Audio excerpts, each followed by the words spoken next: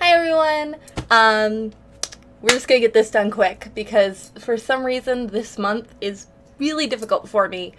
I wish I could tell you why. There's really no excuse.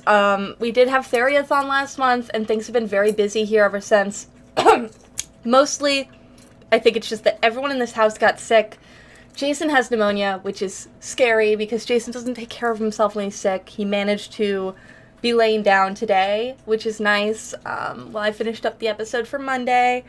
But I finished my book like a week ago, and I really liked it. So I want to tell you guys about it and set up next month's challenge. I swear to God, I just grabbed the first book on my shelf that fit the prompt for next month. We're just gonna get through this. I didn't even put on makeup. I put on, I have lipstick sitting next to me that I put on because my lips are the same color as my face, and if you see me without lipstick, you'll think I don't have lips. So, I'm gonna talk about this, gonna talk about next month's prompt, and then we're gonna read some comments in a very disorderly fashion because I don't have them ready. I don't have anything ready. I'm bad at life. So, here we are. Magic for Liars, which I called Magic is for Liars in my last video, I think, because I kept saying it that way in my head. I fucking loved this book. Can we, really quick, I adored this book. I seriously recommend it. So the premise behind this book, I think I talked about last time, is a woman who is a detective in just regular day life having to go to a magic school that she only knows about because of her sister, and who is magic, and her having to solve a mystery that takes place within the school. A murder mystery. So usually I'm not one for murder mysteries. Usually I'm not one for mystery novels at all. That never really got me.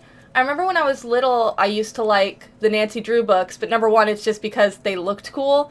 And number two, it had a lot of, ghosts and spooky things. And the second that I realized it wasn't usually a ghost, I would get upset. So I think I read, maybe 3 of those before I was like, they keep not having ghosts! I want ghosts! I'm sure there are ghosts in some of them. I don't know. I think there are ghosts in some of the games. Anyway, that is all beside the point.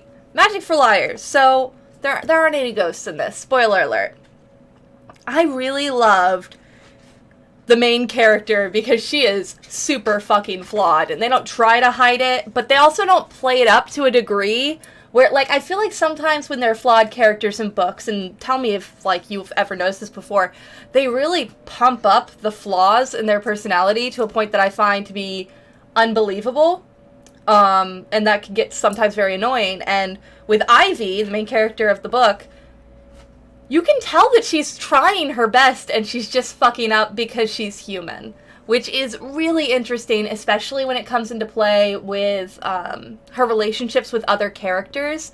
The relationship between her and her sister is really well done. Really, really well done. Sometimes when they meet up, she does this thing where she thinks about what it would have been like if their lives had been different, and she wants to be close with her sister, but at the same time she doesn't know how anymore because of how they've separated along the way, and the reason behind that is really powerful and believable, and it's not just she's magic, there's more. Really good book, really good mystery. I think I figured it out probably 3/4 of the way through. I think I kind of suspected, and I was right. Which was a nice feeling, because usually when I'm watching something, and I say watching because I don't read any murder mysteries. I don't read mystery books, just they're not my thing. But when I'm watching mystery shows, I remember I'd be talking with other people who are watching the same shows, and they'd be trying to, figure it out, and I'd forget there was even a mystery. That happened with True Blood. It was who do you think the murderer is? And I was like, I forgot there was a murderer. I'm here for the vampires. You see that redhead one? She's real hot. Anyway, next up. So for May, the prompt is a single word. A single word title, because May is a very short name for a month, and I'm not super creative, and I just wanted to get these prompts out there as soon as possible. So, I grabbed Poison off my shelf, which is one of my top 3 books in high school. Did you have those? Did you have like the 4 or 5 books that like kept you alive?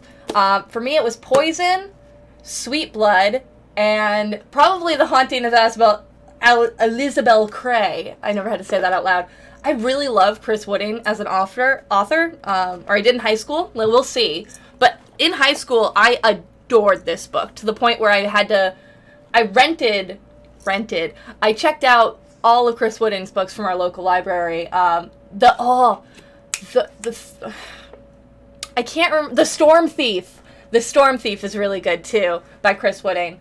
Anyway, so I would check out all of his books multiple times, and Poison was always the one that spoke to me the most because it's about an angsty teen girl who's not appreciated by her parents and goes to live with fairies, if I recall correctly, which that's just me to a T. The reason behind the title, I can tell you that because I remember it, is she lives in a society, and it's really interesting. This is kind of set in like a fantasy world. Obviously, there are fairies. And she lives in a society in that world where when she turns, I think it was 14, it might have been 13 or 15, whatever, she got to pick her own name.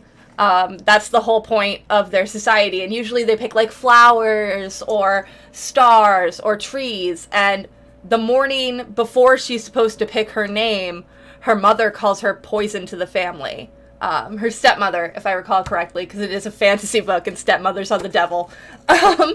And she names herself Poison, and that's the name of the book. I remember loving this book. Again, that and Sweet Blood are the two that like I really remember, and then it's all the Amelia Atwater Jones books. Rhodes. Amelia Atwater Rhodes. But yeah, I adored this book when I was younger. I had to find a book that had one title, a one-word title, and this is the one that was on my shelf. It was between that and Quiden, but I wasn't sure. Let me grab it real quick. I wasn't sure if this would count for me, because again, we've talked about this before, because there's a really long subtitle where it's Quiden, and then they're like, oh, dumb Americans aren't going to know what the fuck this means. So stories and studies of strange things. So it was between those two. That's the one that won. Shit, I could have grabbed another. Another's really good too. Another by Yukito Matsuji. Matsuji? 1 second. Oh, sorry. I gotta read this. That's not even close. Ayatsuji. I had it like at an angle so it looked like an M. Sorry. Hey, hardcore recommend this if you want a one-word title horror book. This book gave me anxiety. Like a lot of it. Anyway. This book reminded me way too much of high school. It hit on all of my secret fears. I guess it's also an anime and a manga, I would assume. But I haven't seen either of those. I can recommend the book hardcore, though. Anyway, so that's it. That's next month. And let's see. I'm sorry about the screaming behind me. There are children outside. Fucking rude, right?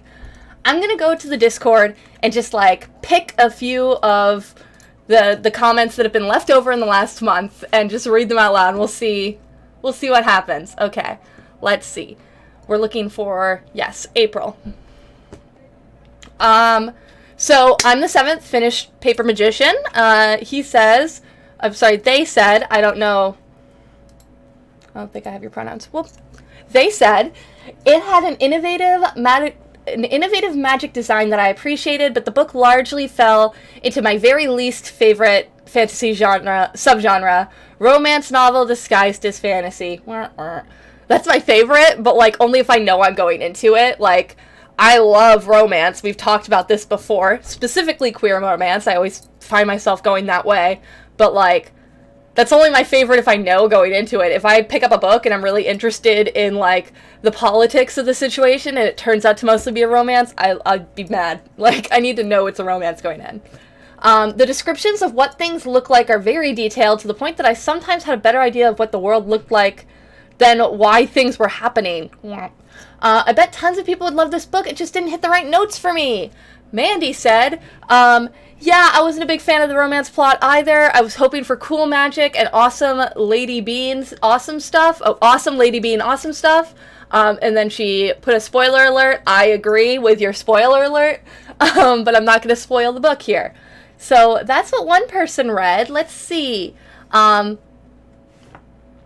man, I'm the Seventh came back later and finished 2 book series of The Philosopher's Flight and The Philosopher's War. They were solid, enjoyable reads.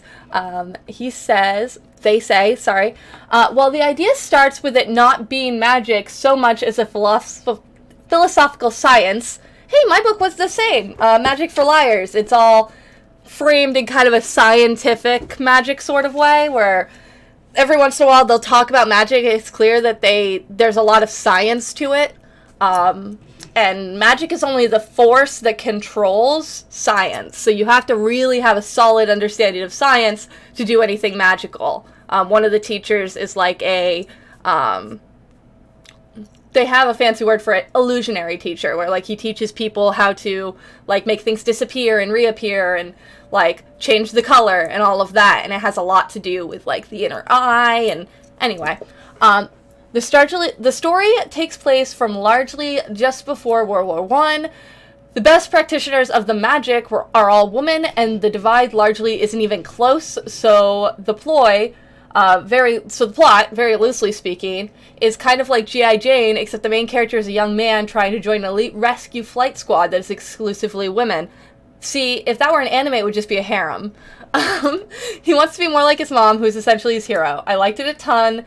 It was a quick couple of books. That sounds lovely, actually. That sounds really cute. Then we kind of devolved into sex scene writing. Let's see. There's a sex scene in the second book that felt weird, but maybe you're just getting cool. Whenever I hit a sex scene in YA, it feels weird to me too, because like, this was written for teenagers, so like, I feel like voyeuristic. It's the same thing when I read fan fiction, and there's a sex scene randomly between underage people. I'm like, I don't like this. I typically tend to not even read fan fiction that has underage characters in it, which is one of the reasons I don't get into certain fandoms. Like My Hero Academia looks like a fun show, but I don't want to end up liking a character and then wanting to like draw them or read fan fiction of them and feel gross. So I just don't watch it. It's fine. There are plenty of other anime in the sea. I know a guy who writes erotica professionally. I could ask him about it. That was Bob Blue Red. Let's see. I know like 3 harem authors, said Reverend. Yeah, this just all became sex talk, you guys. Alright, I'm the 7th, then started a 3rd book, The Midnight Library. Damn, you were doing laps around everyone. And there's a trigger warning for an off-screen suicide/suicide attempt. But the story seems like it might be impossibly good, pretty dark, but well done at 14% of the way through the book. How'd that turn out? Did you finish it? Did you like it? Alright, that's everybody. I think, I just kind of like went through very quickly because I really want to get this video out to you guys because I don't want this project to fall through the cracks. Next year, we'll see how we're feeling about the whole reading challenge thing. I might rework it.